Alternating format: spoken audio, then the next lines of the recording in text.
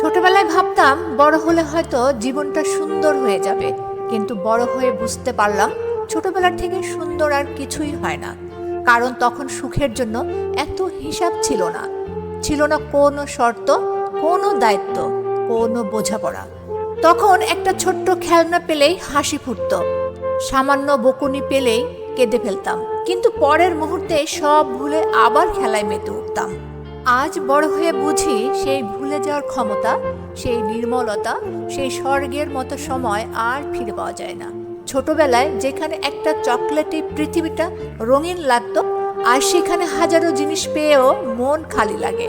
তখন যা চাইতাম খুব সহজেই মিলতো, আর এখন সব কিছু পেতে লড়াই করতে হয় প্রতিটা ধাপে। ছোটবেলায় বন্ধুত্ব ছিল সত্যি, আজ বন্ধুত্বেও সুবিধা আর স্বার্থের হিসাব। তখন খেলার মাঠ ছিল সুখের ঠিকানা, আজ সেই ঠিকানা বদলে গেছে কাগজের বোঝা আর কাজের আতঙ্কে। বড় হওয়ার সঙ্গে সঙ্গে বুঝেছি, মানুষের মন যত বড় হয় ততই ছোট হয়ে যায় আনন্দের জায়গা। আজ আমরা টাকা উপার্জন করি, কিন্তু সেই অমূল্য সময়টা আর কিনতে পারি না, যে সময়টাতে বড় হতে না চেয়ে অবহেলা করতাম। আজ সেই সময়কেই সবচেয়ে বেশি খুঁজি, সবচেয়ে বেশি মিস করি। বড় বয়সে যত অশান্তি, ছোটবেলায় ছিল তার উল্টো, ছিল শান্তির সমুদ্র।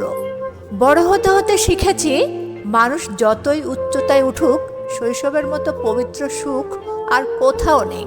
শত ব্যস্ততা, শত ক্লান্তির মধ্যেও মনে হয়, যদি একদিনের জন্য হলেও সেই ছোটবেলার আকাশটা ফিরে পাওয়া যেত।